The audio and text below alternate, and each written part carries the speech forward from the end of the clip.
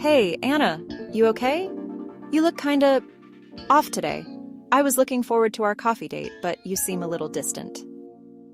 Yeah, I'm fine, I guess. Just, feeling a bit weird lately. It's hard to explain. Weird how? What's going on? You know you can tell me anything. Is it about work? Or something else? It's like, when I talk with the group, I feel like no one really, listens. I feel displaced, I think, like I'm invisible. Oh, like you don't fit in? That sounds really isolating. I'm so sorry you're feeling that way. Yeah, exactly. Sometimes I try to join the conversation, but people talk so fast. By the time I think of what to say in English, the topic has already changed. Yeah, that's totally normal. It can feel frustrating. What happens when you try to jump in? Sometimes I start talking, but then someone interrupts me, and I just stop. I lose my confidence and feel like my idea wasn't important anyway. Ugh, that's the worst. I know how that feels. Even for native speakers sometimes. It's a common conversational challenge. Really? I thought only I feel this way. It makes me feel so self-conscious about my accent and my grammar. Totally not. Americans can be pretty energetic talkers. It's not rude, it's just, cultural. We overlap a lot in conversation. It's often a sign of engagement, not dismissal. But I still feel frustrated, like I can't say what I want. My thoughts are clear in my head, but they get stuck on the way out. Yeah, that's tough. The brain-to-mouth journey is a real hurdle. What do you usually say when you try to join in? Sometimes I say, "Can I say you something?" I know it sounds a little strange. You mean, can I tell you something? We use tell when we share information with someone. Say is more for quoting or stating something like, she said, "Hello." Yes. Can I tell you something? Got it. That makes more sense. Perfect. Oh, and your pronunciation of something. It's something, not something. Make sure you get that little sound in the middle. Okay, something, thanks. So when you feel people interrupt, maybe say, "Wait, hang on, let me finish," or "Wait, I just want to add one thing." That's totally fine here. It reclaims your turn. But isn't that rude? In my culture, it would be very impolite to say that. Not at all. In the US, it's actually seen as confident. It shows you want to share your thought. Just say it with a smile. Your tone of voice is key. Interesting. I didn't know that. So it's about being assertive, not aggressive. Yep, exactly. So what else makes you frustrated lately? Any other specific moments? Sometimes when people don't understand my words, I feel, embarrassed. Like I'm stupid. It makes me want to just stop talking. Anna, no. Your English is great.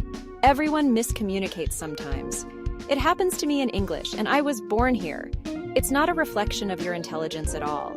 Maybe. Last week I said, "I'm boring at home." And my friend looked at me funny. Oh, you mean, "I'm bored at home." Boring describes something. Like, this movie is boring. You're bored by it. So, the movie is the cause of the feeling. You are the one experiencing the feeling. Yes. I'm bored at home. That sounds better. I was making myself the boring thing. Exactly. And your pronunciation of bored. Try stretching the vowel a bit. It's a long or sound, like in the word door. Bokerdim bored. Got it. Nice. Honestly, frustration is part of learning. You're doing great when you notice these moments. It means you're paying close attention. Really? I always think I'm bad when I feel frustrated. I see it as a sign of failure. Nope. That frustration means your brain's like, "Hey, I want to do better." It's a good sign. It's the engine of progress. I never thought like that before. Maybe frustration is useful. A tool, not a barrier. Totally. It pushes you forward. And every time you speak, even if it's awkward, you grow a bit more. Each mistake is a stepping stone. Yeah, I guess I shouldn't be afraid to speak, or afraid to make those mistakes. Exactly. And hey, no one's judging you as hard as you think. Most people are just happy you're making the effort to communicate with them. Thanks, Rebecca. You always make me feel better. This has been so helpful. That's what friends are for. Next time, let's practice some conversation starters, yeah? We can even role-play a group chat. Yes, maybe you can tell me some natural phrases to, yes, jump in the talk. Almost there. We usually say jump into the conversation or just join in. Jump in the talk is understandable, but into the conversation is more natural. Oh, jump into the conversation. Got it. I'll remember that. Perfect. Hey, want a refill? My treat.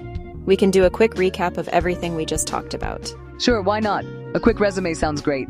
Okay, so quick resume of today's key takeaways.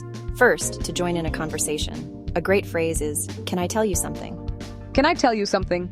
Exactly. And if you get interrupted, don't be afraid to say, "Hang on, let me finish." Or, "Wait, I just want to add one thing." Remember, it's about being confident. Then, for natural phrasing, instead of jump in the talk, you can say, jump into the conversation, or simply join in. Jump into the conversation. Join in. Perfect. And for vocabulary, remember the difference between bored and boring. You feel bored because something else is boring, so you'd say, "I'm bored at home." And finally, our pronunciation highlights something with the th sound, something, and bored with a long vowel, bo, dart, art. Something bored. You've got it. The most important thing is the mindset. Frustration means growth, so keep speaking, smile, and practice. You've got this.